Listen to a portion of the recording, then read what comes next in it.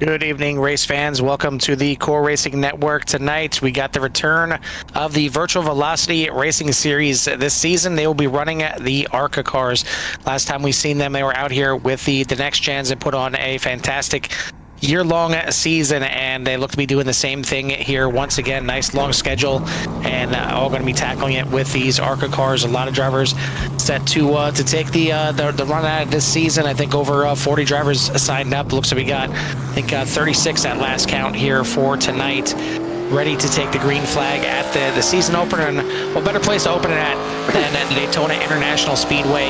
Temperatures a little bit toasty out here, and certainly some Florida, I guess, typical, race season Florida weather, maybe 103 degrees out there. So see if that affects the cars, affects the handling, and chews up those tires a little bit. It's certainly going to be nice and fun, and happy to see these boys back in action. And man, it's going to be a fun season. Hope you're going to join us for the ride. Carl Hammer joined in the booth by Jimmy Covert. Jimmy, we are back here with VVR, ready for another season.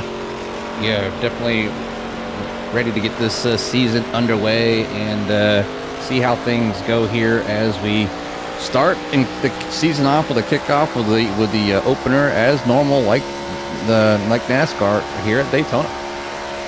Yeah, nice 80-lap race here to start off the season, which is going to be a 22-race-long season starting here tonight at the end of January. Going to go all the way until September 18th. They got their typical kind of gaps in the schedule for for a little summer break, spring break in there as well. So it's not just going to be 22 straight weeks. There's some gaps here in the schedule, but it's going to be here live on CRN every time they are running out there. And it's a good looking schedule. I mean, especially the first few races starting right off the bat. I mean, obviously Daytona, it can certainly be, it's your typical starting spot, for a lot of the NASCAR type series. Obviously the Daytona is kind of the typical starting spot, but it can start your season off very well or very bad, and kind of give you a bad taste in your mouth. But then from there, we head to Auto Club. Obviously, for anybody that tunes into CRN, you know how much me and Jimmy love us some Auto Club Speedway. And then Las Vegas and Atlanta rounding out the three races there in February. Great start to the season. Yeah, definitely a great schedule to follow. Some breaks in there so the drivers can get some downtime and spend some time with the family and whatnot. So it stretches the thing out just a little bit over, it was, I think, 36 weeks, or 22 races over 36 weeks. So going to stretch it out just a little bit here. But yeah, right now looking good. Qualifying is about halfway done. Looks like 15 drivers so far on the docket have gotten times in. And I believe last head count I had was 36 drivers here at Daytona. And that's going to be interesting.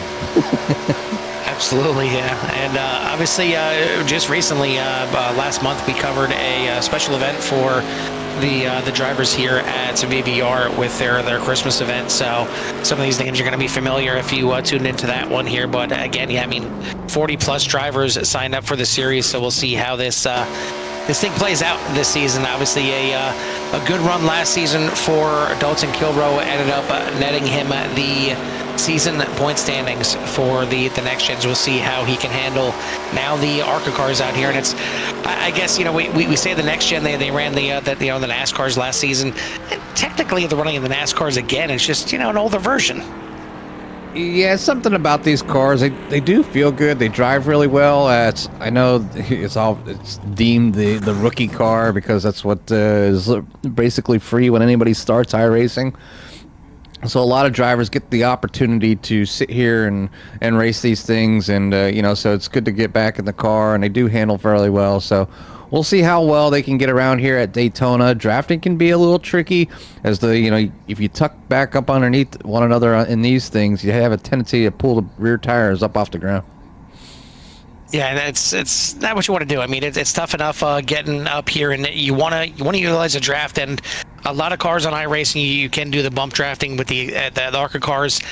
Even if you hit them straight on, it can sometimes be just a little bit sketchy, a little bit tricky. So we'll see how much that actually gets utilized here tonight. But I want to thank everybody out there for tuning in. If you haven't done so yet, hit that like and subscribe to get you in touch with everything that CRN has to offer and help these admins, these drivers out by hitting that like and subscribe. It gets the the algorithms kicking for YouTube and gets their name out there to get some more views, get some more likes out there, and maybe even get some more drivers out here and really crank this thing up. But looks like qualifying is over. Jimmy, why don't you give us our first rundown of the season? First rundown of the season. It's going to be a long one here. Let me empty this out here and bring up the grid.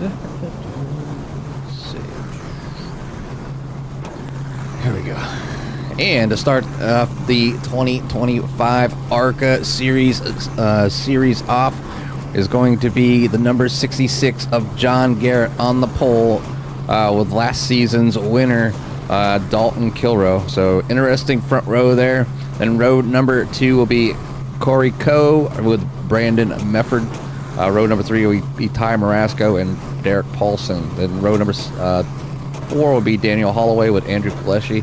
Row number 5 will be Todd Poston and Michael Taylor. Row number 6, Mike Hasty and Robert Kahn. Next bunch here will be row number 7 with Eric Blount and Tyler Hilton. Row number 8, DJ Mitchell with Randy Bledsoe. Row number 9, Maxwell Caldwell with Tim Lee. Row number 10, Mike Rideout and Robert Smith. Row number 11, Brandon Paul with Hemi Giardini. Row number 12 will be Todd Merkel and Gordon Larson. Row number 13, Hilton Young with Matt Kopp. Row number 14, Doug Wysocki with Cade Green. Row number 15, Robert Warnes with Cody Griffin. Row number 16, Rick Thompson with Dennis Warnes. Row number 17, Brian Rainville with Chris Mefford. Row number 18, Michael Pratt in the 77, loves to come from the back, with Len McNeese. And then rounding out the rest of the field here will be Ray Radford and Chris Schuessler. So 38 drivers out here tonight. So a huge field. It's going to be a fun one. Hopefully we get to see some green flag stops. I would love to see these drivers all come down pit lane and take that challenge of getting a great pit stop. But things are starting to get underway here as the cars are off the track here, or not off the track, going on the track, trying to get things underway. And a lot of times that pit road entry, especially if it's a green flag pit stops, is where the race can really be won or lost. It's you have to come in there with friends. You have to have friends out there on the track, at least for 79, maybe 79 and a half laps out of this 80. You have to have some kind of partners to be out there working with for the draft, because you lose a draft here and it's going to be a long, lonely drive until hopefully either catch a caution or some kind of break to get you back up there with the field. But it's the same thing with coming into the pits. You come into the pits alone, you're going to come out alone, and it's not going to be good. You're going to be out of the draft and you're going to get just crushed on time. But when you come in, a lot of times these drivers come in packs, and it's hard enough getting that thing mowed down from nearly 200 miles an hour all the way down to the pit road speed by yourself, let alone when there's 6, 7, 10, 12 other cars all around you trying to do the exact same thing. But it's going to be a fun one out here. I want to thank the sponsors once again for this season, being Gold Line Guardians, Fort Worth Screen Printing, and Hilton Crafts and Designs. I want to thank the man behind the curtain here, Tim Lee, as he is out there tonight starting back there in the back half of the top 20. But definitely want to thank him for bringing us on here again. It was a fun season last season. It was fun covering the little special event. But we've got another season of VVR about to kick it off. Pace car is making that left-hand turn into pit road. It's in the hands of Barney to give us our first green flag of the season, and we are racing at Daytona. And on the green pedal they go as they off in the background. You see Barney waving them all through. We're going to take the camera here at turn number 1. See how these drivers enter. A good start from the outside there. It was actually Kilroe that getting a better start there than Garrett on the inside. Getting a little bit of push, but Garrett's still right there, still 2 by 2. And you see a little bit of a gap forming already. I think you're probably going to see this. You're going to see at least 2 or 3 different groups of cars out here. Long race out here at 80 laps. You got to make it there. You got to make it to the end. It doesn't matter where you're at right now. It doesn't matter where you're at 50 laps from now. You just need to have a car that is clean and can make that charge when you really need to at the end. Yeah, no, some of the drivers here probably towards the back, just looking to kind of maybe stay out of some early lap calamity as they head down out of turn 4 down to the front stretch. So lap 1 in the books here at Daytona. It looks like John Garrett and Dalton Kilrow still leading the pack here. And it's sometimes it's a good thing to be out front, and sometimes it's not. So we'll see how eager some of these drivers are wanting to get to the front to get things going. But it's early here. We have 80 laps. We're going to be here a little while. Obviously, lots of time, and you can go from the front to the back in a matter of 4 or 5 laps, maybe even less. So it's going to be interesting as these drivers are going to have to drive side by side for 80 laps, white knuckling around here, trying to keep things clean. But we're going to go back to that second field here, or second part of the field. Where are they at? I think Matt. Yeah, there you go. Matt Kopp back here. So with that second group of cars, just kind of looks like they're starting to kind of gather up. Maybe go single file. We do have one, the 27 of Rick Thompson on the outside. Just probably hasn't found their spot down the line yet, but back of the pack, kind of getting together here just a little bit, just so they can keep that draft, and maybe we'll just keep back just a little bit, and hopefully don't close up too much on that field in front of them. But Dalton Kilrow out front, John Garrett down to the inside. It's a good one here so far. Yeah, really surprised that we are still 2x2 for the first 24 cars. I mean, it's pretty amazing that they want to keep it 2x2 here. But I mean, they're giving plenty of gap in between each other, for left and right, and that's really the big thing. These cars can dance around a little bit when you go into the corners. It's it's not 100% smooth out there. It's it's obviously the newer version here at Daytona, but you will see the cars kind of bounce around, dance around just a little bit. So just an extra half a car width is huge. I mean, it gives that the driver on the inside or the outside the ability to kind of move around if they have to, or maybe they catch up to that car that they're drafting in front of them and they have to back out of it a little bit.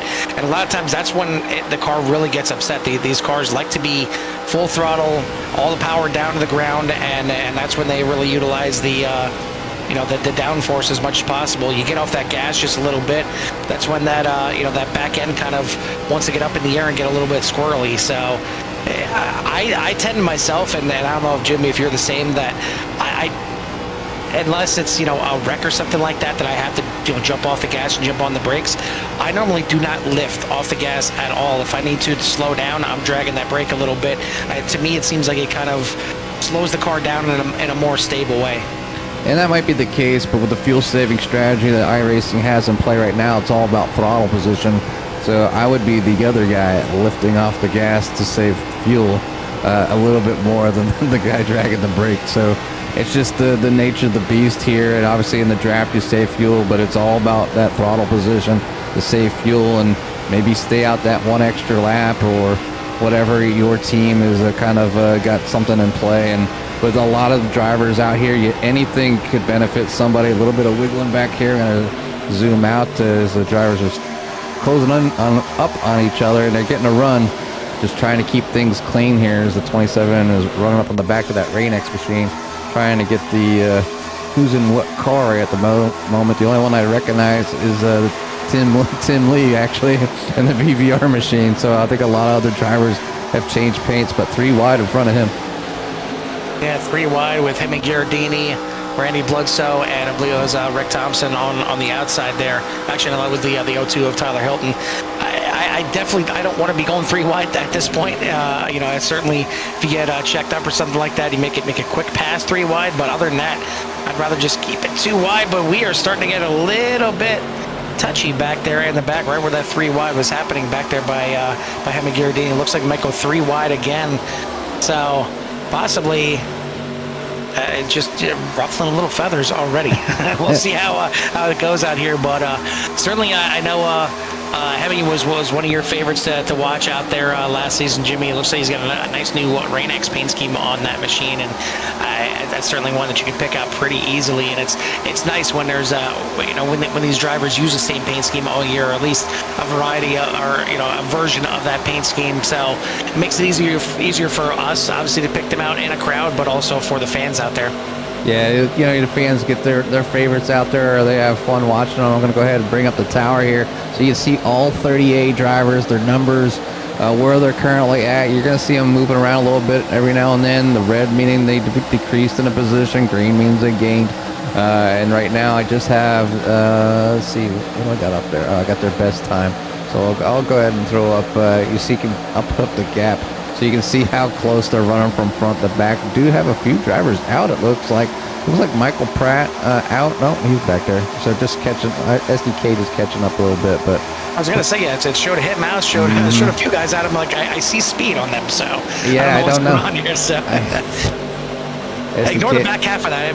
Maybe just it only likes from the top 30, so maybe we can cut it down too much. Either way, we got a car up into the wall on the outside. What was that?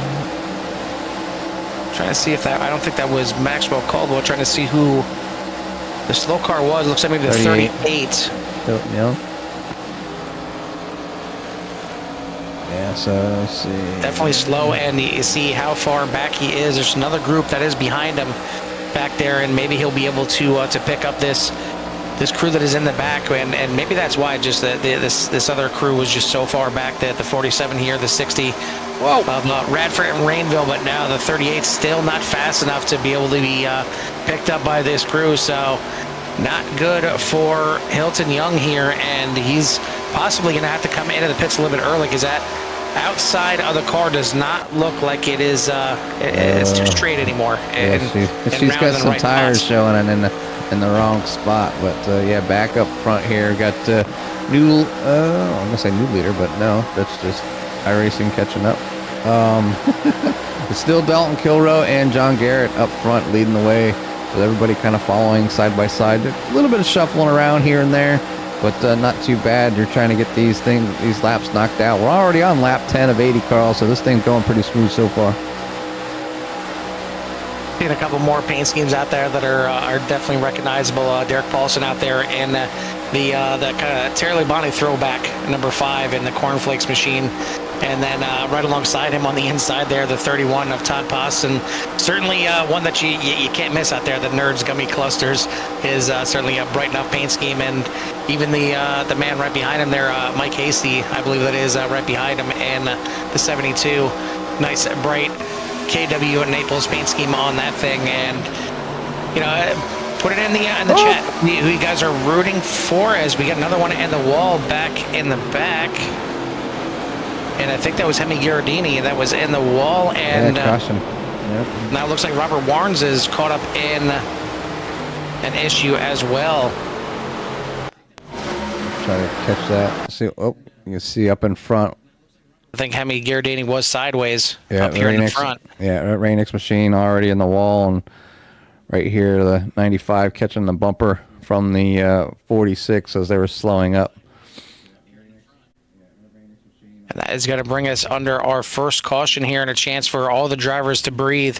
But I was about to say, you know, while you're out there in the chat taking a look at this race, put in the chat who you guys are rooting for, whose paint scheme you like to see, maybe get another look at, and you know what you want to see on the camera. We aim to please up here in the booth in CRN.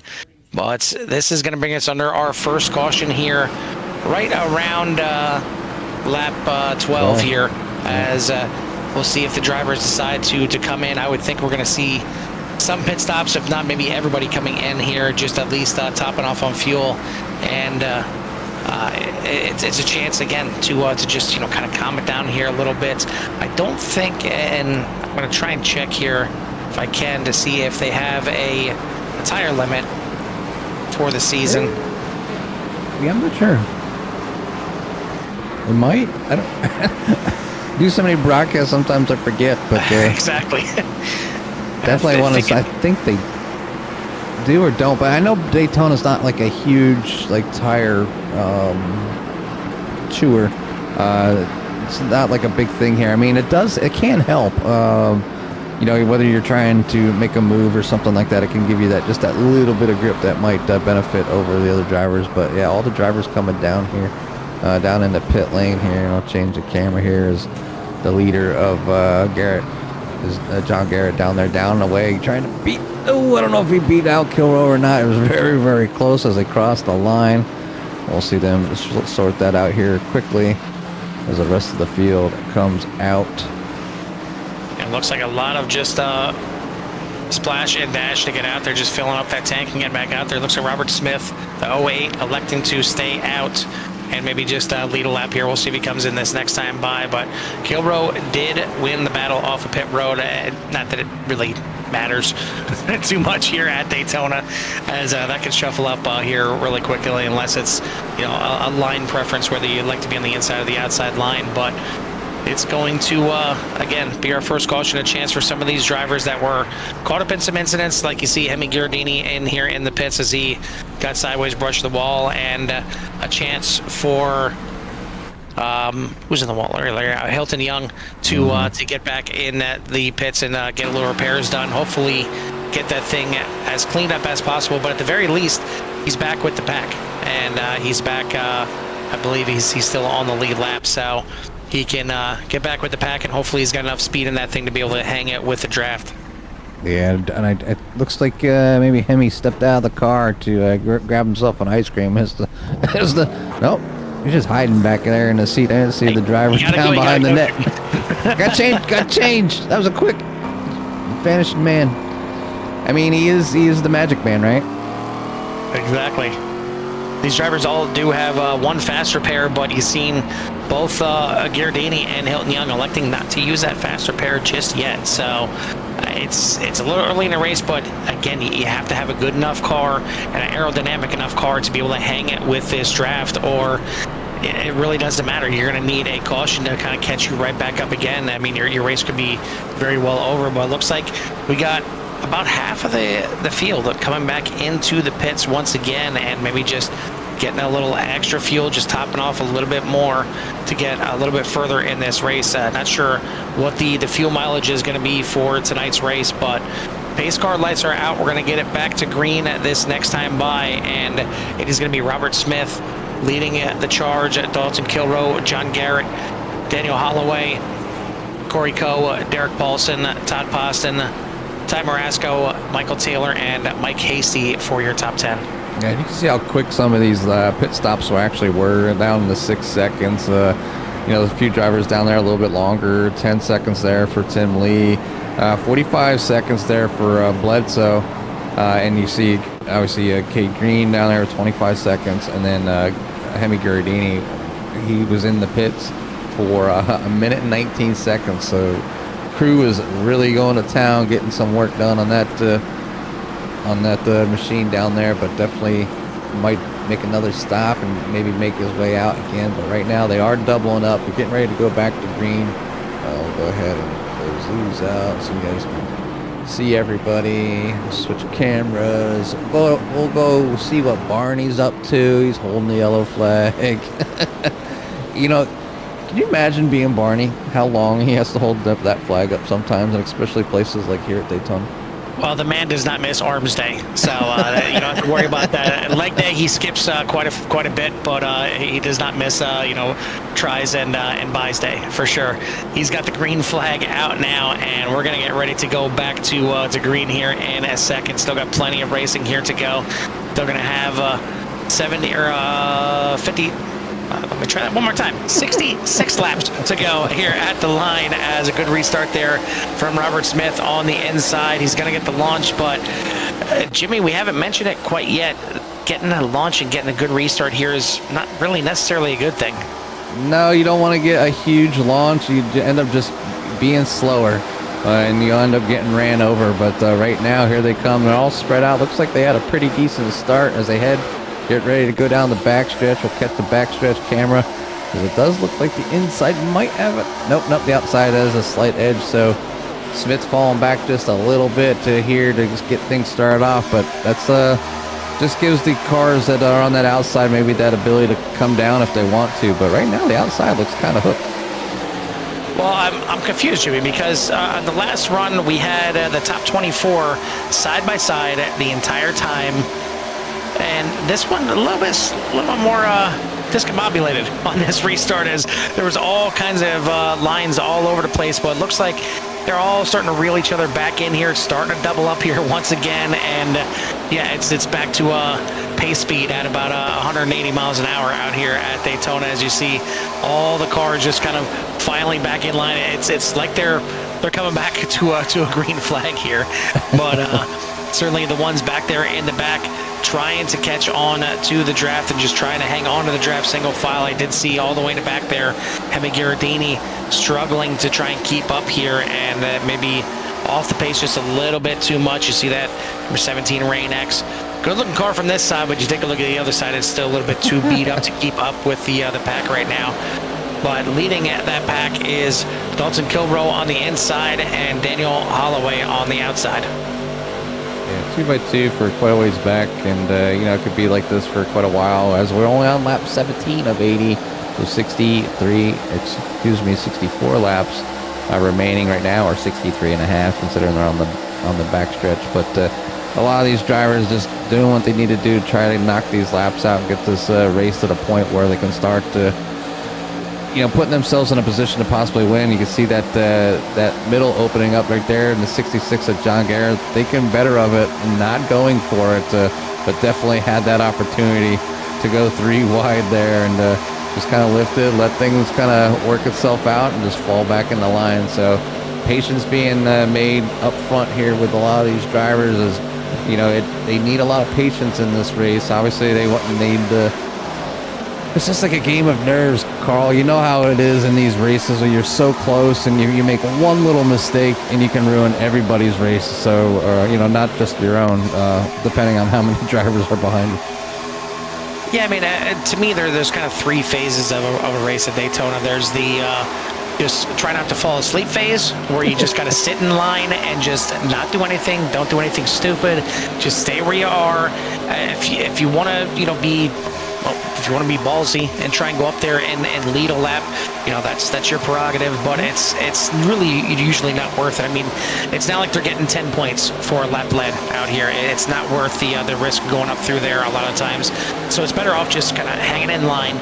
Then at some point during the race, maybe middle of the race, or maybe, under some pit stops, you try and figure out what you can do and how quick you can do it. If you're back there and say, 10th, 15th or something like that, maybe you don't, try and make your run all the way up to the front, but you kind of get an idea of running different lines. If it's the outside that you prefer, the inside, seeing maybe how you can go 3 wide up through the middle, just to see how quickly you can move up, for the end of that race. And that leads you into that third and final stage, which is the run to the checker.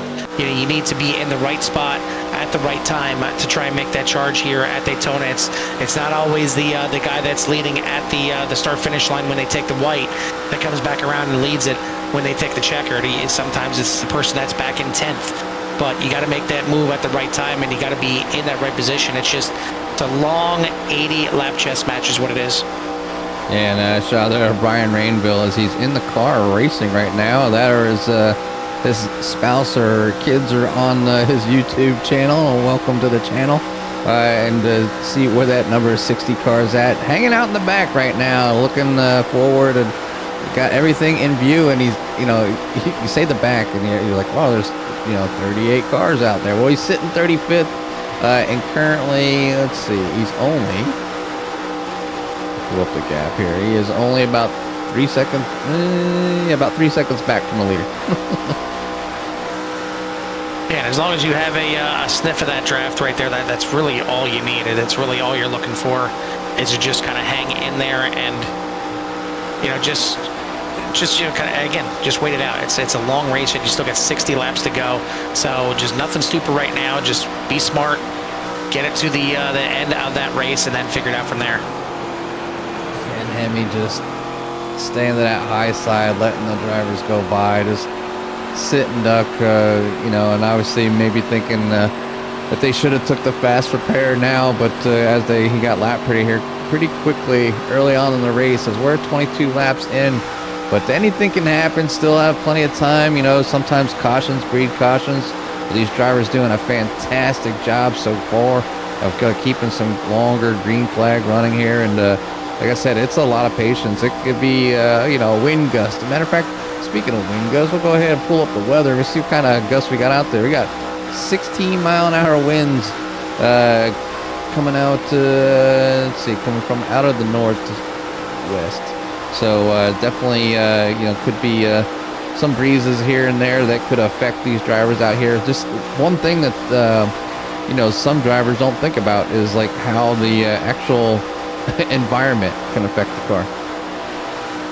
Yeah, and especially the wind. I mean, it's gusting now, getting closer to 20 miles per hour. That's not a small amount. That's a big amount. And when you're when you're coming into a headwind, and that car makes a little bit of a bobble, that wind is gonna just amplify it even more. So it's going to be a lot tougher to handle, and all depends on which direction that wind is blowing. Hopefully it's blowing in the direction down one of these straightaways and not in the corners, because that's really going to affect the car's handling through these corners more than you realize. And it's going to feel like you're hitting a bump in the track or something like that. It's going to really want to upset it. It's the wind. We've talked about it recently here on CRM broadcast. It's something that doesn't get looked at on road courses, but especially on ovals. On ovals, it's to me, it's even worse. It can really affect you a lot more, because you're going to face it here, very quickly around each time. Whether it's in the corners or on the straightaways, you're hitting it so many times, and you're at such high speeds that on a road course you're going 50, 60 miles an hour in between some corners. You're not going to feel it as much, but 160, you're going to feel that change. Oh yeah, definitely feel the shift, and I've been taking more notice to it lately while I'm doing some of my racing on the evenings. I get a chance to, but yeah, it definitely does make a difference. Whether you're in a braking zone or whatever it may be, you can really notice the difference every now and then with that wind. When you come around the corner and next thing you know, you got 15-mile-an-hour wind, headwind, or if it's a tailwind, you're maybe getting a little more speed going down the straightaway, and you might have to brake just a little bit sooner in order so your car doesn't, blow through the braking point or the apex and you hit it properly. So it's a lot of different things that affect the cars, and obviously you got drivers out there trying to draft, and you got the wind going. So yeah, good job so far for only one caution. 25 laps of 80 in the books, or I should say 24 of 80 laps in the books, working on that lap number 25. Yeah, and the other thing too is the track being almost 100 degrees right now is not going to help the situation at all. It's going to make it a little bit greasier out there. But you have a new leader at the front as it's jaking around here a little bit. The 9 of Corey Coe now on that outside line, getting help from John Garrett amongst about 13 other drivers out there in the outside line. But the number 9 Golf Machine out there pushing the air, and it's another thing that we talked about. You said before about saving fuel. Those drivers in the front don't really have a chance to save fuel. They are out there pushing the air for everybody that's behind them in their line, and you're definitely going to be using a lot more fuel. And unless you got friends to come down to the pits with you, they could be kind of hanging you out to dry and you don't even really know it. But it's sometimes a chance that you're willing to take to have that clean look in front of you, and really the only chance that you're going to get caught up in a wreck is if somebody spins up into you from below you, or somebody wrecks you from behind. It's sometimes the safest spot to be is out there out front, but it's a driver's choice. I mean, it's, again, you usually have 3 sets of drivers. You have the ones that like to get up there and lead. You have the ones that like to kind of fall back to the back and just kind of catch a sniff of that draft and just hang it back in line. And then you have what I consider the crazy ones out there, the ones that like being in the middle of all the action and being anywhere from from 3rd back to 25th. It's just a scary thought for me to be in the mix of everything out there. It doesn't matter how good the drivers are. It just takes one little bobble, one little dance, one little gust of wind, and it could take a bunch of drivers out real quick. Could definitely take somebody out real quick. And this is cockpit view here with Cody Griffin, so you can see what he sees. He sees the back bumper of one driver going down the straight, poking out just a little bit to see what's going on in front of him, but can't see anything else what's going on. So you're really depending on all the drivers to keep it going straight. In the corners, you can start when everybody gets up on the high banking. You can see the cars out in front of you, so it's it gets pretty easy to see, an accident happen, but you don't want to focus on the nose of your car all the time. You do want to try to look out as far as possible so you can be reactive and, hopefully miss that big wreck and, selecting the right lane and all, and whatnot. But Cody back here just kind of hanging out. I don't think he's in any kind of rush to try to make it towards the front, but right now just hanging on the tail end of the pack, and it's not a bad place to be. Just got to be super aware of everything in front of you, and if something happens, be able to slow down and get out of the way. So, but good run here by Cody Griffith right now. Back there in Pete, number 33. There's a few drivers that moved around right now. We'll move up to one of them up here with Rick Thompson. And then number 27 has made their way up to P, number 7, up 24 spots so far here tonight through the field. So one driver taking that challenge so far, making their way through the field, is at number 27 of Rick Thompson. Yeah, certainly a little bit too early yet to see that 7 of Michael Pratt as... Who's that? Tie. I think it was the one of Ty Marasco up into the wall a little bit. Hopefully he didn't do too much damage. We've seen now a couple times the driver just scrapes that wall a little bit. It does a lot of damage to that outside of the car. But as I was saying, Michael Pratt's still back there in 33rd. Haven't seen the run from him yet to try and climb up through this field. But yeah, some big movers as you mentioned. The 27 of Rick Thompson up 24 spots after starting in 31st. He got Chris Schuessler is up 16 spots into 22nd after starting shotgun on the field. And some other drivers going the other way. Michael Taylor right now starting in 10th. He is back 24 spots in 34th. And the other one that, other than Ty Marasco there, starting to drop through the field, Andrew Palesci, certainly one that we watched quite a bit last season, have a lot of good runs in that 81. He is back there down 11 spots after starting in 8th, back in that 19th. But again, it could just be where these drivers prefer to be, but man, this is not where you want to be as a lap car. And there you go. The driver's coming up on the lap car, and we got some cars up into the wall. I know it was Robert Smith was the lap car there. No caution. He kept it going straight. Yeah, everybody did keep it going straight, but there's certainly going to be some damaged cars in that. Not sure who was that got into him, if that was Eric Blunt. I wasn't sure if it was the 6. It's pretty far up in the field that got into him and got him up into the wall, but looks like that did maybe shake up the nerves here a little bit of the drivers. It's a lot of single file, but now doubling back up here as Hemi Gherardini drops down to the bottom of the track onto the apron. There he is. Yeah, Robert Smith, you're right. And yeah, Robert Smith certainly is not the way the ARCA car is supposed to look on that right-hand side. No, I mean, they're funny looking in the front, but not quite that much. Always looks like the car is like shifted to the right just a little bit, but it's definitely not the way that right front fender rode that wall just a little bit too much.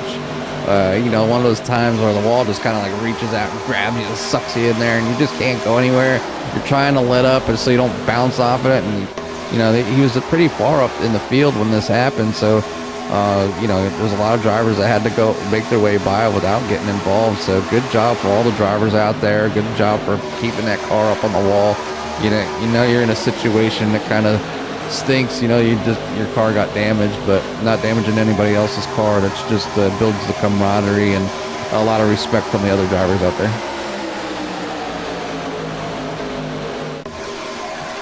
Yeah, and it's. I mean, if we could go back and take a look, it'd be a little tough because we don't have an actual incident there. But just to show you, maybe we'll see it next time these drivers come up on another lap car.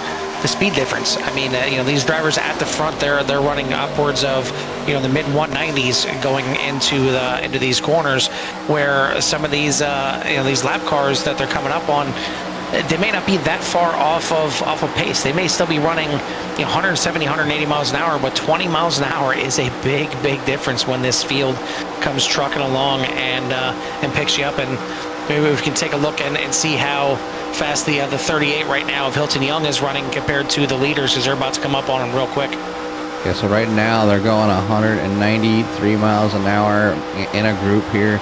And the driver out front there is the 38. So we'll go ahead back here, grab Hilton Young. Hilton Young, 170, so over 20-mile-an-hour difference. You're gonna see them go by. Just how fast that happens. Like even these drivers back here that are coming up on the back of the field. Obviously, they're working together, trying to catch back up to the field, or trying to get to a position where they're not losing any more time. So single file for these drivers, but they're gonna catch up to Hilton here pretty quickly, as they're running here at 194. Seeing a flash at 200, so still moving at a good clip. They're not losing any time, so it takes about 3 or 4 cars together, and you can see how fast they come up on Hilton, and just like you standing still. So away he goes, and they go by so fast, Carl. The car doesn't even have time to like snag onto the that draft. So it is a big difference, but tough break there for Hilton Young, as he's going to go another lap down. I think he's 4 laps down now or so. And that's a chance you take. I mean, we had a couple of those drivers. We've seen Hilton Young get lapped. We've seen Hemi Gardini go down another lap, and it's a chance you take when you don't use that fast repair right away. And you try and save it just in case you get involved in another wreck. Well, if you get involved in another wreck at this point, it's not going to matter. You're down a ton of laps right now anyway. So it's tough. It's a tough decision to make, and it's one that, as a driver, you almost wish that a crew chief would be there just telling you what to do and making their decisions, so that way if they make the wrong decision, you have somebody to blame. But as these drivers most likely don't have a spotter, let alone a crew chief out there, they're the only ones that to blame whether they make the right move or not. But little dicey at the front, is going to see a new leader, Robert Kahn, now out to the lead, as he got a nice little shove there from Brandon Mefford. As we got a new leader out front. Rick Thompson now is right behind in the 27. Mefford is leading the way on the outside, getting a little shove there from Maxwell Caldwell. Got a couple Meffords out there. Got Brandon out front, and Chris Mefford's back here in P number 16, and he's up 18 spots as well. So definitely making their move, trying to match up there. Brandon Mefford, he's only down, or he's up 1 spot, so he started up there in P number 4. So been running up front there pretty much all evening. I see the 60 is starting to make his way up through. Brian, we talked about him earlier in that Bass Pro Shop machine, as he's falling behind John Garrett. But it looks like pit stops are coming, and here we go. And this is where we'll get interesting, to say the least. We'll see how everything shakes out here, and man, this is always a scary point. Again, I mean, when you're coming in here together as groups, it looks like just maybe 1 or 2 kind of peeling off right now, but it's when the groups start coming in is when it gets interesting here. But we're coming up on the halfway point of the race, as well, as we're on lap number 39. We're gonna have 2 more laps before we hit the halfway. But once again, I want to thank everyone out there for tuning in. Hit that like and subscribe if you haven't done so yet. And thank you to these series sponsors: Goldline Guardians, Fort Worth Screen Printing, and Hilton Crafts and Designs.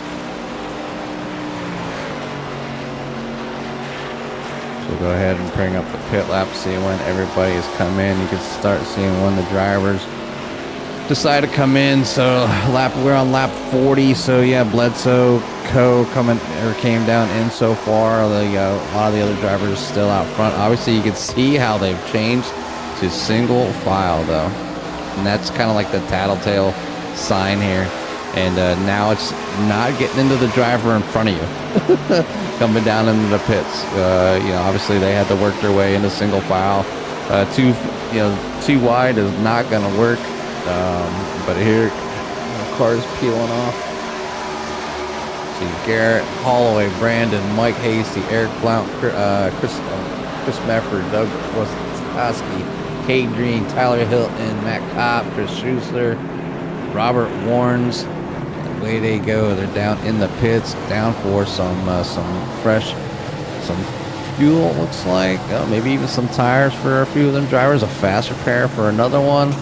That O2 took, I see his front end pop out. So people using this time to get things done.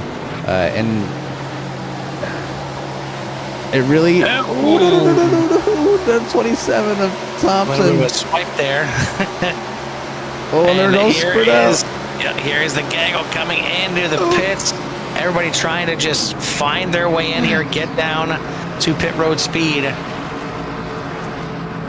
And it is a lot easier said than done. And the fact that we didn't have an incident there, that's all credit to the drivers out there pitting here right about the midway point. Looks like Maxwell Caldwell. Yeah, that's kind of it's not exactly a pit stall there. It's in between those two pit stalls, but he finds the right spot now. But that's something that you can't really do either. You can't make mistakes like that on pit road, because this big group that you came in with, if you lose just 2-3 seconds, you could be off the back of the pack here. And you see that pack now coming out. He's going to have to haul the mail to try and catch up to the back of this and make sure he does not lose the draft. Yeah, and that's a pretty decent gap there between what he's looking at, and he needs to try to do his best to get to max speed and close some of that distance on this little bit of track. But you can see the leaders coming by right now as a lot of people are exiting the track. But we'll go back up there with Todd Merkel, who is currently leading. Everybody was on their way out, so Todd Merkel, Robert Kahn, Dalton Kilrow, Ty Marasco, and you can just see the train coming by as the leaders that were already in have made it by. So just that fast, things have changed. Yeah, Merkel had the lead there coming out, but he didn't really have a line behind him to help him with the draft. Obviously, the other guys did, starting with the 9 there. And trying to see that, because the 9 was up there leading before. The 9 have an issue on pit road. Yeah, it looks like Corey Coe had a long pit stop, so that tells me that was probably a pit road penalty. He is currently, I believe, a lap down here in the race now, down there in 33rd position. So out front it is now Brandon Mefford, John Garrett running right behind him in second, Daniel Holloway. Todd Merkel is going to catch on to the back of this pack, right behind the 2 lap cars of Corey Coe and Hemi Gherardini.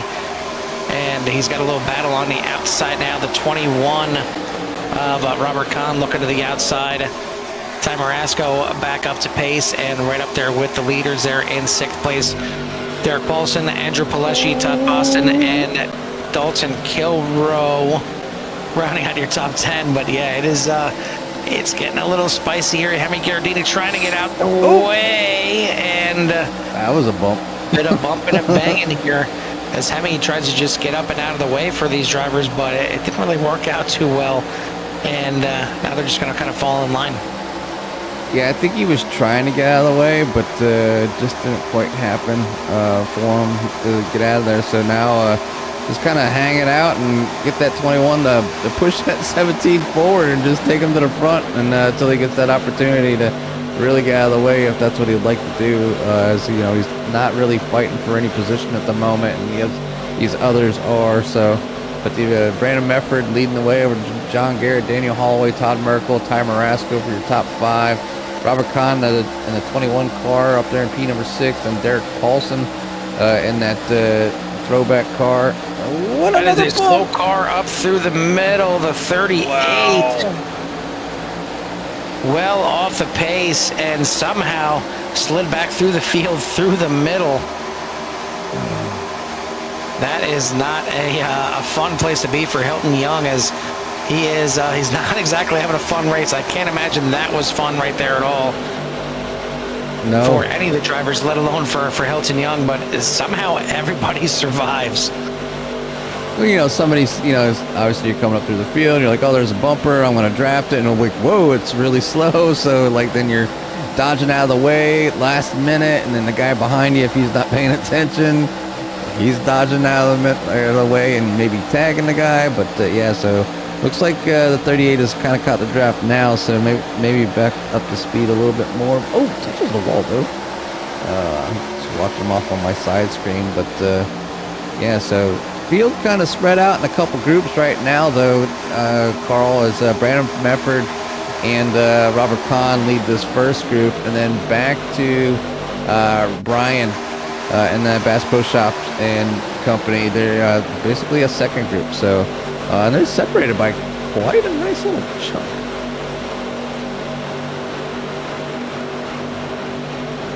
But while we are up to speed as well, at least most of the drivers are up to speed, unfortunately for Hilton Young, not too much there, but we're going to go ahead and step aside and let these engines roar here a little bit and watch every driver out there and crank it up for a little TRN. Love to hear it. A little bit of love here.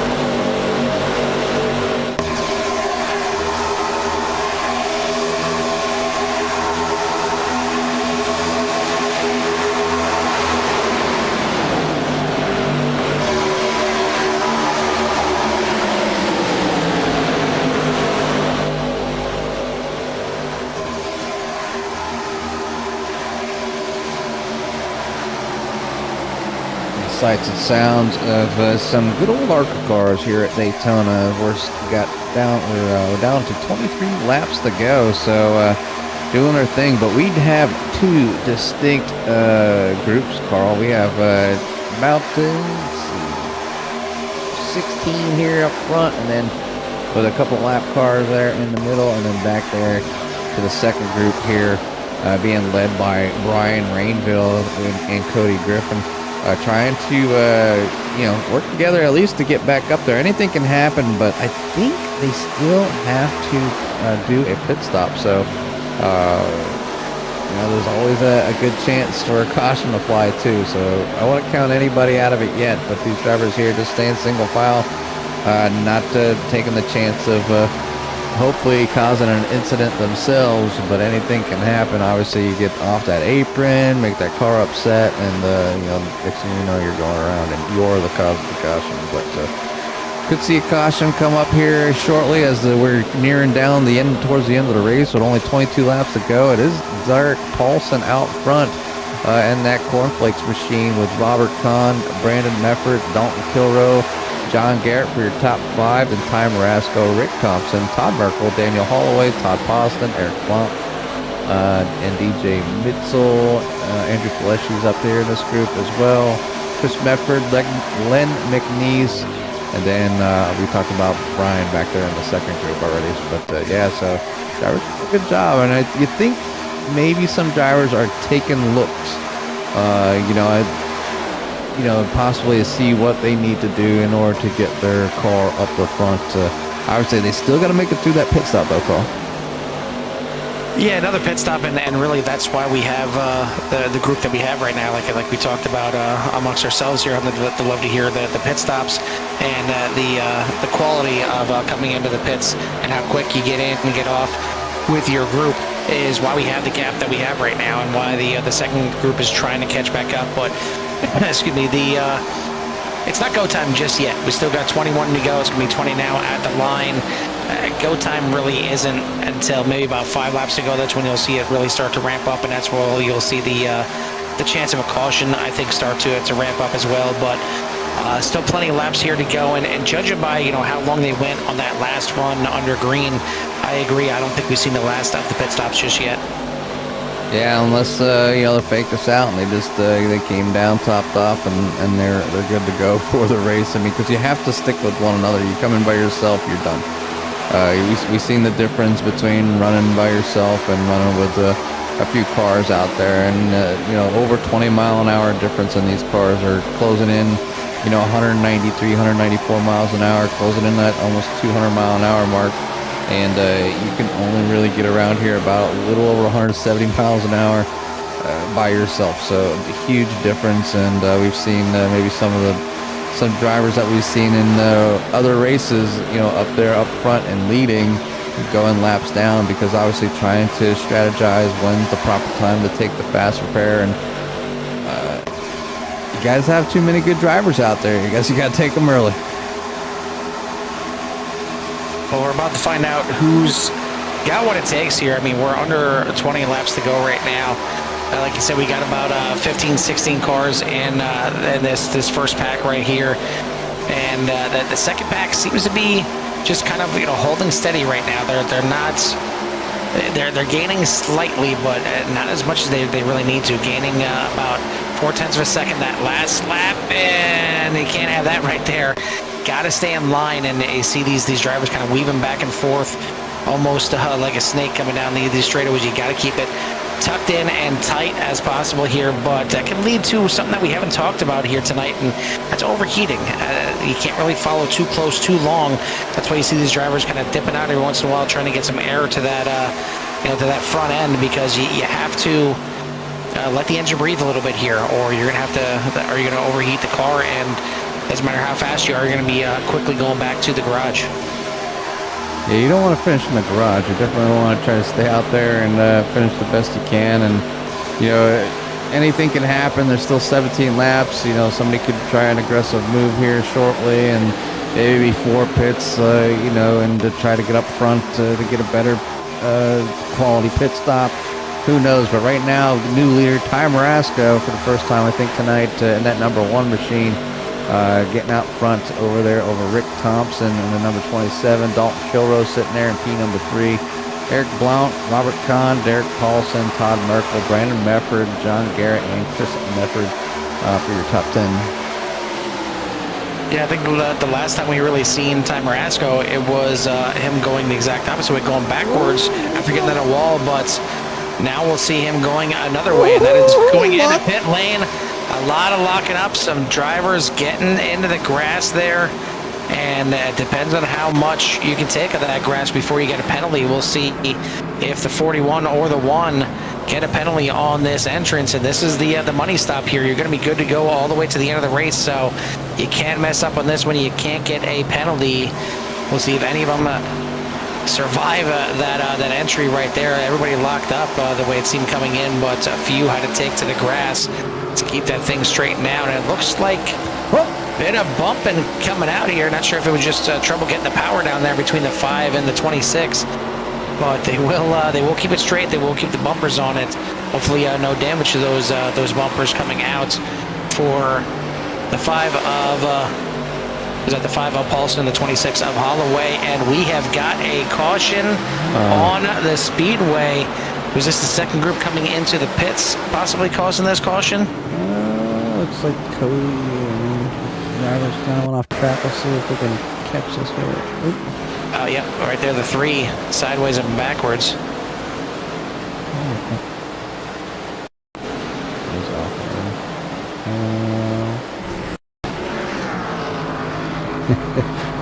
Trying to...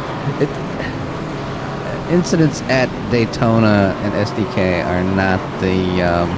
they're not friendly with each other. They're not friendly with each other at all. Yeah, there's the 3 there coming down in the entry, but we're gonna go ahead and we're gonna just pause and then we're gonna hit rewind because I see people smoking up there in front of them.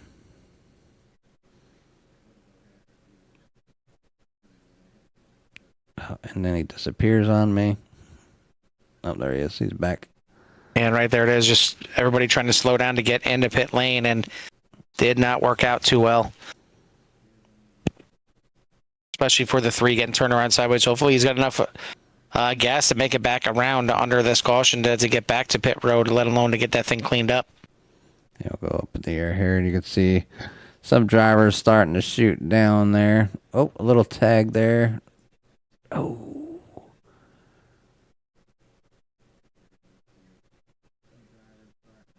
Yeah, a little bit of calamity there, trying to come down, and this is what practice, do for it. Looks like, I think that was Tim Lee scraping a wall, trying to avoid the other cars. But yeah, caution's going to fly, and it's, I think, even though the other drivers are already down the pit, it's kind of, it almost benefits them because obviously they already have their pit stop done, so they don't have to come back in for anything. So these drivers here that are coming down pit lane now, they need to get service done to their vehicles, but if they are involved, at least they can get them fixed if they have a fast repair, as it's getting down to that time where it is getting almost go time. We're down to 13 laps remaining here at Daytona. Eric Blount and Andrew Pleshy, Brandon Mefford, Brandon Paul, Maxwell Caldwell, Todd Merkel, Matt Kopp, Dennis Warrens, Chris Bedford. They get to make this stop under caution. But I think up front, I see Robert. Oh, yeah, and these drivers here that got maybe the pit penalty, they're gonna make out. Like we've seen a lot of these cars here. The ones that are coming down now. I think the 21, the 1, they were locking them up coming in for that last pit stop. So able to get out or take their penalty for a bad entry. We're able to come back out and then now be able to get any service that they need and get back out there and have a chance at this thing. But it looks like, I think, we'll go ahead and pull this up, and it looks like Len McNeese is now your current leader. Then DJ Mitchell up front, Garrett, Blount, Mefford, Merkel, Pleshy, Mefford, Hasty, and Paul in the top 10. I know know it's only 13 laps left, and it'll be close to 10 laps to go once we get this thing back under green, but that is still a long way at Daytona. I mean, it's mileage-wise, but really just mileage on the heart rate, on everything else is really what it comes down to, because you still have to have steady hands, you still have to have a you know, your mind's got to be thinking constantly of what you're going to do next, and you need to kind of think about your moves, again, like chess, 2-3 moves ahead, because you don't know what that person inside of you or in front of you is going to do, or if you're the leader, you don't know what they're going to do behind you. You have to be ready for anything and everything coming down to the end of these races here at Daytona. Now, what was 2 large groups of cars, it's back to 1. We got 27 cars still on the lead lap. I believe we see, looks like Larson and Warnes, I believe they're still in the pits, so we might be down to 25 cars on the lead lap as SDK just trying to catch up to everything. But we are going to get this thing back under green. It is Len McNeese, started 36th on the day. He is up to first place right now, up 35 positions. You can't get much more than that. And speaking of coming up through the field, taking a look back to see where our driver that loves to go back to front, Michael Pratt, up about midway through the field right now. He is up 17 spots in 18th. So he's made his halfway charge at this point. 12 laps to go. It's going to be 11 laps to go once we take the green flag here. But seeing some of the early contenders that are now a lap down. You see Dalton Kilroe was up there battling for the lead. He is a lap down now in 29th. Looks like Corey Coe back there in 33rd, also a 1 lap down. Tyler Hilton has made his way back 2 laps down right now in 34th position as well. And really good to see all 38 cars still out there. I mean, Hilton Young is, well, for lack of better terms, he's had a shitty race, plain and simple. I mean, there's really no other way to put it. I'm not even going to sugarcoat it. It's not been a fun race for 38, but you know what? Damn it, he is still out there. And I mean, I'm sure he'd like his car number not to match his position number right now, but he's still out there. He's still logging the laps. You never know what can happen here. I mean, at this point, he probably really can't pick up any other positions, but he's still out there. He's still not unless Rafford and Gardini, not unless Rafford and Gardini decide to park it.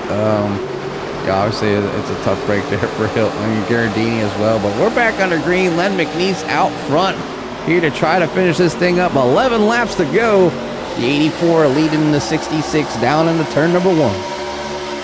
About an 8-car breakaway here at the front. I'm sure they're going to get reeled in here pretty quickly. And how quick is the run going to come? Right now it is Len McNeese and John Garrett on the inside line for the front 2 spots. But here comes a good run from the 6 of Eric Blunt right behind the 4 of DJ Mitzel, trying to get that Kodak number 4 up to the front, and there it is side by side now for the lead. It's going to be 10 laps to go at the line. It was 3 wide there briefly as they get back into line. The 83 of Medford getting shuffled back there a little bit and almost looking like a 3 wide again. But yeah, Jimmy, it's coming on 10 laps to go. Maybe not necessarily go time just yet, but it's time to start getting those chess pieces in the right spots to make that final attack. Yeah, these drivers are definitely going to want to put their car in the position where they need to be to get this thing done. You can see Eric Blunt really pushing that number 4 right now, trying to get him to the front. So Eric's sitting there, P number 5, DJ Mitzel on third on that outside. You really need to get things moving, but got to be aggressive, but not too aggressive. And hopefully the guy behind you doesn't push as well as you're pushing, because pushing the pusher never ends up in a good idea. But passing some slower traffic. They're just trying to stay down out of the way. I believe that was that Cade on the bottom there? No, was not. But either way, lap car doing a good job staying out the way of this front pack, as we've got about what, 15, 20 cars up here in the lead pack right now. Looks like maybe 19 or so if the SDK is working correctly, at least. As we got some big moves down the backstretch, as there was some more jockeying and sliding back around, and that could end up being another caution. One car in the wall, a couple more sliding down in the grass, another one up into the wall, 3 wide here. But it looks like we're gonna stay green. Everything was off the racing line. Still 3 wide. That might have been Tim Lee. And somehow we are going to stay green on this one. It's starting to get 3 wide and dicey at the front here. As on the far outside there is the 81 of Andrew Pileshi. It's go time for Pileshi as he's got no help right now. It's still 2 by 2. Looking for anybody to help, but he's using that side draft to his advantage and trying to do it all by himself right now. Yeah, it's going to be tough. Going to need that little bit of a push here. Outside does get a good run, and the draft is going to help, but it does look like one car poking out in the back there just a little bit, maybe trying to sniff his air coming off that rear bumper, but he's going to end up sliding back just a little bit. Not quite strong enough to pull that car along on the outside, but right now it's Len McNeese, DJ Mitchell leading the way. John Garrett pushing that 84 as hard as he can, and then you have Eric Blount on the outside. Going to try to work with that Ford to get him to get that momentum down this backstretch to see if he can get a move. It's ebbing and flowing back and forth. Marasco trying to work through the middle there. Big shot there from the 26 of Holloway to the back of the 3 of Cody Griffin, who was sideways and caused this last caution as almost 3 or 4 wide there. Marasco trying to look through the middle once again. He's in the middle right now. He's got Pileshi on the outside. At the front, it is still McNeese at the line. 6 laps to go. And he's just waiting for that door to open up just a little bit as they're 3 wide in front of Marasco. The 81 is going 3 wide again, so Andrew Pileshi looking to use that outside. The 72 on the outside of the 5.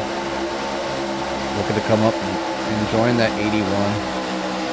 And here comes a big run from that middle line once again, but looks like Marasco is content being in the middle, but now the 72 working his way up on the outside. Mike Hasty is going to catch up to the back of Pileshi. We'll see if this helps that outside line at all. It's starting to build up here a little bit, starting to be 3 wide for a few rows back at this point. And I think there's so many cars in one spot. It's definitely popping in and out for me on that front stretch. But Pileshi starting to make that outside line work and getting a little bit of a shove to the outside there from the 46 of Mefford. Chris Mefford up there as he's got, we got Chris Mefford and Brandon Mefford back-to-back in the middle lane, but that middle lane being led right now by Eric Blunt. The inside line now being led by DJ Mitzel, and Pileshi has drug that outside line up to the front. It is 3 by 3, 5 laps to go. It's going to be 4 at the line. And now the drivers, if you think 2 by 2 is something for 60-some laps, you should try 5 laps, three cars wide, and you can see them bopping around just a little bit. These drivers are doing a fantastic job keeping their nerve as of right now. Still 4 laps to go. They crossed as they crossed the start-finish line just a moment ago. Now coming out of turn number 2 to head down the backstretch, 3 wide for about 4 rows, maybe even 5. Oh, and there is going to be the big one here at Daytona. Tons of cars involved in this one. This one is going to bring out the caution. And just good luck trying to make it through the melee right there. This is definitely going to shake up the field. We'll try and take a look and see what exactly started this thing, as the big one at Daytona has happened here with 5 laps to go. It's like almost like inevitable, not that you want it to happen. It's just like, when's it going to happen? And here it is from the chopper. As the chopper is catching up here, coming out of turn number 2. And you can see Hasty gets in the wall a little bit. The 5 of Paulson looks to the inside, looks to go 4 wide, gets into Hasty, into Marasco. Merkel gets involved. Brandon Mefford gets involved. The 3, the 16, the 30. The 77, just about everybody behind them getting involved one way or another. This was the big one. The 76 of Ride Out almost goes for a bit of a ride up and over there. Luckily, the car settles back down. But there's going to be a lot of drivers that hopefully they've got a faster pair left in the tank to at least finish this thing out and make one more run at it. But it's going to set us up for a green-white checkered at Daytona. Jimmy, I'm not shocked. It has nothing to do with the drivers, but more often than not, Daytona comes down to at least one green-white checkered. Yeah, like you said, I mean, these drivers have been driving great, and just one small mistake by one driver, and a very small mistake just turns out into a big nest of cars sliding down or out of a corner. But yeah, caution flag out here. A lot of drivers are going to come down, take that faster pair, just to see Michael Pratt get his faster pair real quick, down and out. Must be a delay in the cars coming out sometimes, because I thought Michael Pratt caught that car there coming out across his nose. But yeah, 3 laps to go. We'll get that green-white checker, and it's a long green-white checker here, Carl. Yeah, and I'm trying to see if they have in the info how many green-white checkered attempts that we have, and I've been looking. I'm not seeing it. To answer my question from earlier, they do have 3 sets of tires here in the pits. But yeah, I'm not seeing how many green-white checkers we have. Oh, actually one. There we go. And this is the one and only, as I'm not even looking right at Hot Red Eye Racing, where it says it right in front of my face. But yeah, this is our one and only attempt at the green-white checker to finish this thing out. So this is the time where being the leader is actually a benefit, because more often than not, a green-white checkered usually ends up in another caution. So now it is get up there as quick as possible. And right now, DJ Mitzel in the lead, Eric Blunt, Len McNeese, Andrew Pileshi, Chris Mefford for your top 5, Garrett, Warnes, Rainville, Bloodstow, and Brandon Mefford for your top 10. But how quickly can you get up to the front? How quickly will that caution that is usually inevitable come out is going to be the question. Yeah, I don't know, Brian, you're out there. Are you going to be able to make it to the end? See Brian out there listening in as we're giving coverage here, and doing a great job there with a 60. There was one point, and I seen him talking, chatting. He was in the back. Now he's up here in the P number 8, getting things done up there. Up 25 spot. Dennis Warren's up 25 spot right there in front of him. Len McNeese is up 33 spots. Chris Mefford 29 spots. So a lot of cars at the side of starting the back have found their way to the front with only 3 laps to go. So they should have themselves a pretty decent finish here. We look at the field here, you can see that there is 24 cars up on the lead lap as of right now. So, if you're out there, if you can just make it around all the laps, at least you're going to, the worst position you're going to be is that 25. And with these fields being so big, it might not be such a bad finish when it comes down to another track later on down the season. So, but either way, we're going to see if DJ Mitzel can hold off the field with Eric Blount as they will lead the field down here. They're coming down the backstretch now. It looks like they're lining up 2 by 2. The lights are off on the pace car, getting ready to go green one more time. Yeah, and again, this thing is still far from over. I mean, it's pick your choice. Anybody in that top 24 right now still has a legitimate shot at bringing this thing home. So we'll see who's got the hot shoe at the end. Again, DJ Mitzel and Eric Blunt are currently the leaders on that front row. We'll see how long that actually lasts as well before we see some guys, I'm sure, going 3 wide right away on this restart. But man, who do you got out there? Who you got out there in CRN Nation? If you haven't done so, you hit that like and subscribe. Get you in touch with everything that CRN has to offer, as we got the doubleheader right now on our Thursday nights with VVR coming back for the Oval Series. We also have the Core GT Series going on right now with our other broadcasters handling that one. So we got plenty of racing action.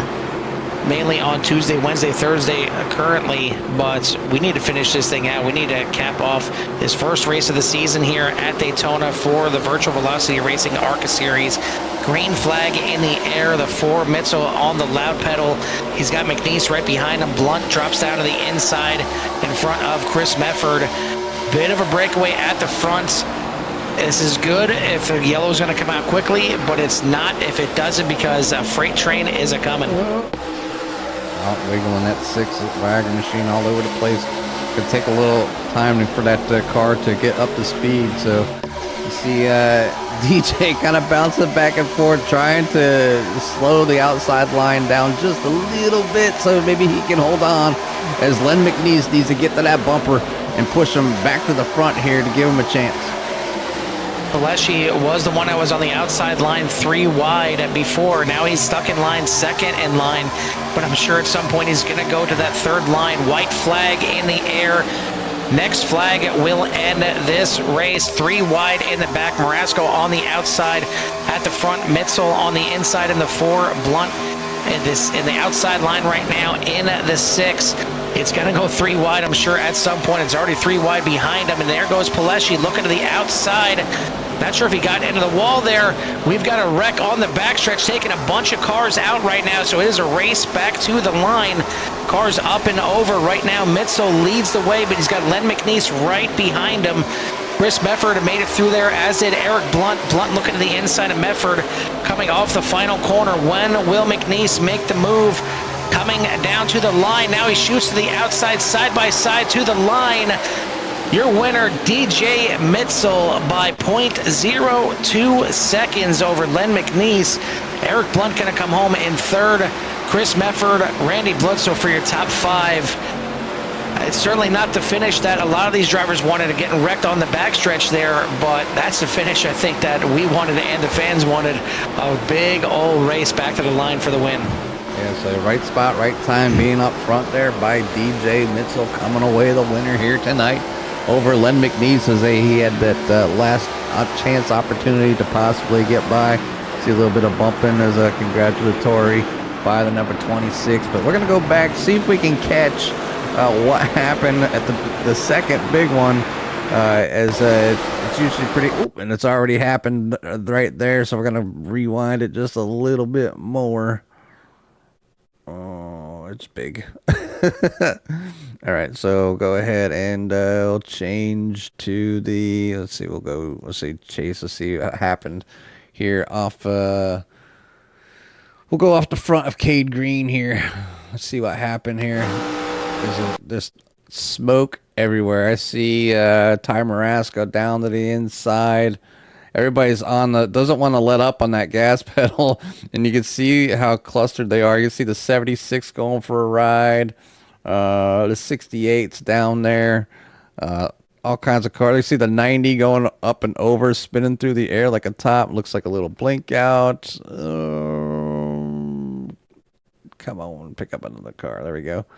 And they're still going off the 31, the 2, a Todd Merkel. I think that was a 27 right up there.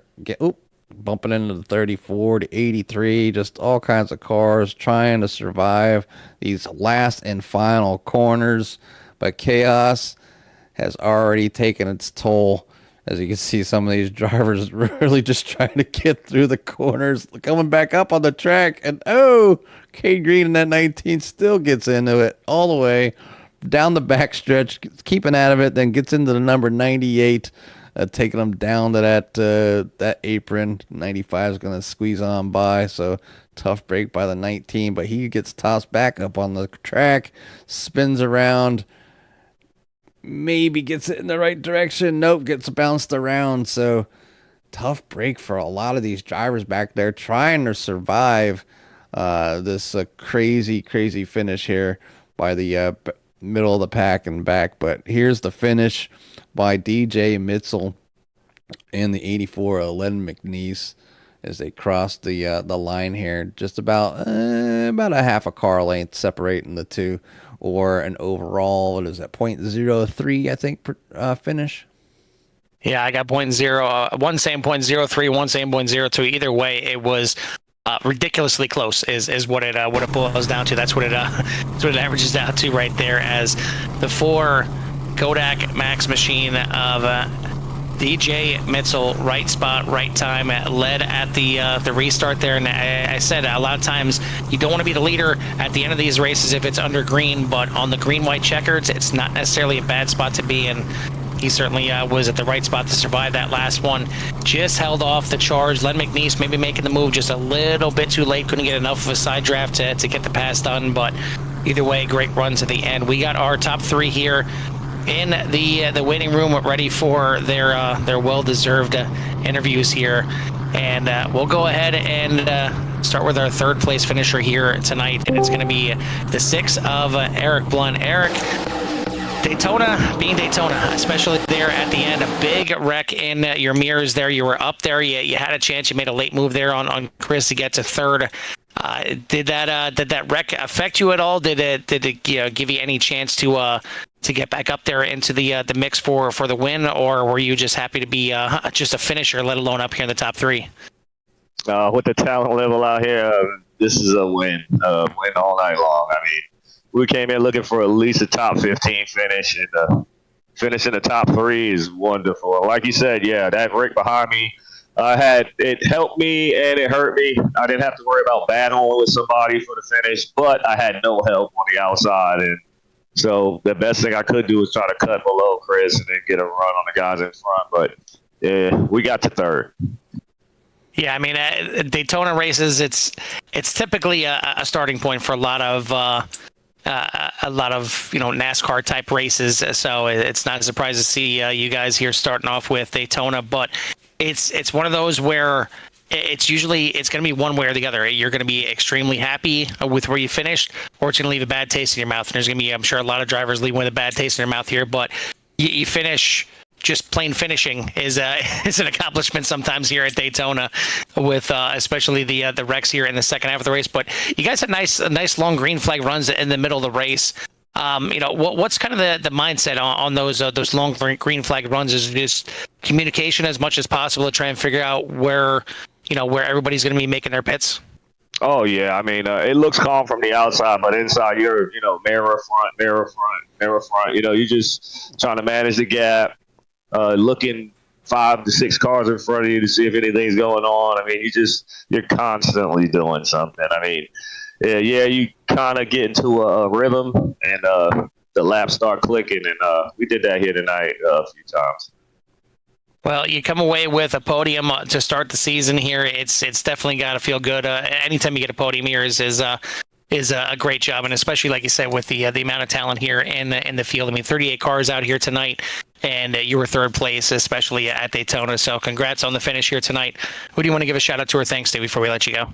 The guys on the team we were running with in there: Hemi, Brandon, Gordon, Cody, Mike. I mean, we were all in there together. Congrats to DJ Mitzel, man. He ran a heck of a race. Congrats to him. Len McNeese, another great finish, man. So we had a great time out, great finish. So looking forward to the season. Yeah, I'm sure it gives you an even better outlook on the season now with that starting off with the third place. So congrats once again. We'll let you go celebrate. We'll see you next week at Auto Club.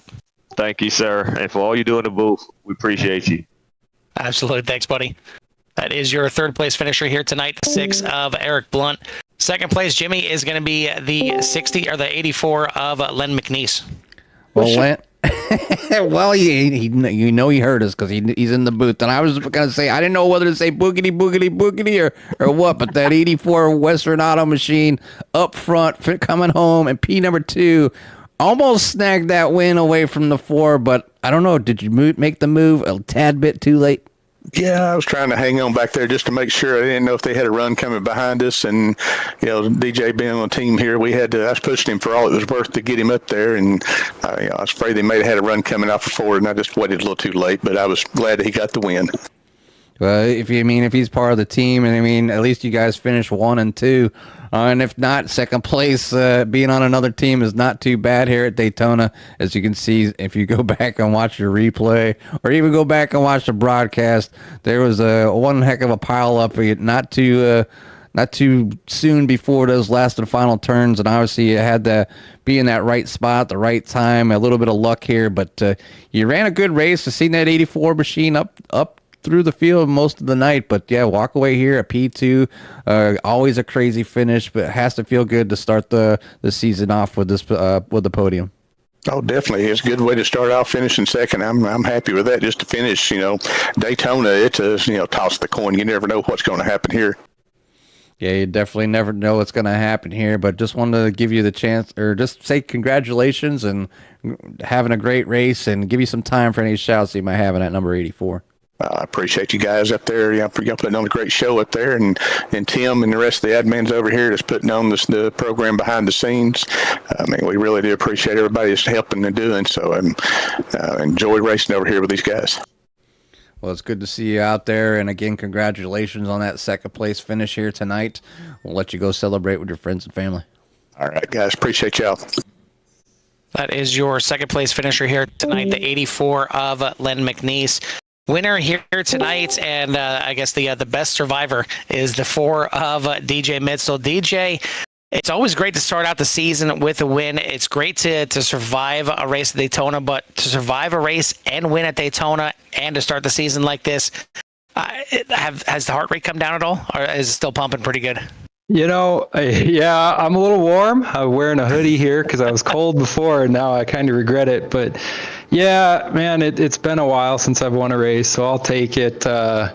Wasn't my favorite car on the super speedways. It definitely was getting a little tight there, and would definitely like to push. But I just like to hang out most of the race, just not really pushing anything, and it worked out. Got lucky on that caution. We were on pit road when the caution came out. So talk to me obviously about the last lap backstretch, the big melee, the big one at Daytona happens right behind you. It takes a bunch of people out, and it's really down to about 4 years coming back to the line. You got yourself. You had Len McNeese, Eric Blunt, and Chris Mefford, kind of the best survivors of that wreck right there. How much were you? I guess what was the percentage of you looking forward as compared to looking in the mirror when you came off of turn number 4, waiting for McNeese to try and make that move? Well, so I saw the wreck happen, and then I saw the outside lane get pretty torn up. So I had no choice other than just to stay in it and hope Len was going to keep pushing me, which is probably the right move for him, because if he comes out, then we're probably both going to get freight trained. But I was waiting for him to go out, looking in the rearview mirror the whole time. And I think he waited just a little bit too long. I don't know. He pushed me so well. But yeah, I mean, everything goes to him on that. Just kept me up there, and just love getting first and second, me and Len. So we've raced together a long time. Well, you get the top spot here tonight and the number 4 Kodak Max machine. So congrats on the win. Great start to the season, obviously. Who do you want to give a shout out to or thanks to on that car? Oh, I just want to thank all the drivers that come out. This dang series, man, we put things together and we get 38 drivers out in the first race. We've got 43 signed up, I think. I mean, this is just an awesome community. Thanks, Tim Lee. I'm technically an admin and I try to pull my weight, but man, Tim's pulling everybody's weight there. So just appreciate all that. And then just you guys broadcasting. It's awesome having broadcasters and the quality broadcasts you guys bring. We appreciate that, buddy. And congrats again on the win. We'll see you next week at Auto Club. And you never know. Maybe we'll get to talk to you again. Yeah, 10-4. Thanks. That is your winner here tonight, the 4 of DJ Mitzel. Very, very close race back to the line at 0.2, 0.3, or 0.02 or 0.03, depending on where you're looking here for the win. But it doesn't matter. At the end of the day, a win is a win, and a great way to start the season for not just DJ Mitzel, but Len McNeese, Eric Blunt, Chris Mefford, Randy Bledsoe, all the drivers that finished in the top 5, let alone the drivers that just plain finished here tonight, because we definitely had a few big ones here at the end. Long green flag runs through the middle of the race, but it all culminated at the end when everybody found out that it was go time, and you've certainly seen a lot of moving and shaking. Yeah, I mean, that's just it's Daytona. It's a super speedway atmosphere, and everybody wants to win. It's competitive, and you have a chance. And you try to take advantage of that run, that draft. That's so vital for you to be in the whole time. We've seen good drivers, obviously get involved early incidents, trying to hold on to that fast repair, and figure maybe more incidents will happen and they can get their car fixed. And it didn't pan out for them. So I mean, it was just obviously a bad decision. They obviously they stayed out there, and I commend those drivers for trying to keep it going and trying to do it the hard way. But yeah, it's sometimes you just don't know when to take that mulligan. Some leagues run with it, some leagues don't. I know. I think it was last season. I think these drivers here, they did a few races without it. Yeah, kind of went back and forth. Yep. Yeah, and it kept going back and forth, and I think it's a good thing because you never especially at Daytona. It's not always. Sometimes it's your fault, and you don't deserve to be back on the track. But on the other hand, it wasn't your fault. So wrapping up a bunch of drivers or taking half the field out in one simple incident, that's what a lot of people will stray away, and they won't keep coming back. But definitely a lot of good drivers out here. Seeing a lot of drivers, even when they were laps down, trying to stay out of the way, doing the right thing. I seen people getting on the wall and just stay on the wall, even though that they probably know their race was over at that point. So it's just a great community that I see out here on the track. I haven't gotten a chance to get to know every single driver. I do my best to try to get around and talk to a lot of them, and we get to talk to a lot of them up here in the booth because of the quality of drivers, so we get a big variety of who's out there to come up here and talk to us. So like I said, there's 38 drivers out here tonight, Carl, and any one of those 38 drivers could have had the opportunity to win here tonight. And they do have the opportunity to win any of these upcoming races throughout the season. So look forward to seeing who's going to come up here, who walks away the season champion, who can keep last year's champion down, or will he be back? Will Kilroe make his way back up to the front to have another championship back to back? So we'll be keeping our eye out on all those drivers, and I'm looking forward to each and every race. Yeah, certainly not the start of the season that your points winner from last season wanted to have, but did make a nice little comeback, finished in 13th position here, so just outside the top 10 when he was a lap down pretty late in this race. I want to thank once again the sponsors here for the series: Goldline Guardians, Fort Worth Screen Printing, and Hilton Crafts and Designs. Thank Tim Lee as well for putting this thing on and bringing us back on board for yet another season. I want to thank all the fans out there for tuning in. If you haven't done so yet, hit that like and subscribe, get you in touch with everything that SeaRain has to offer. But for myself and Jimmy from the Daytona International Speedway, we'll see you at the track. Peace.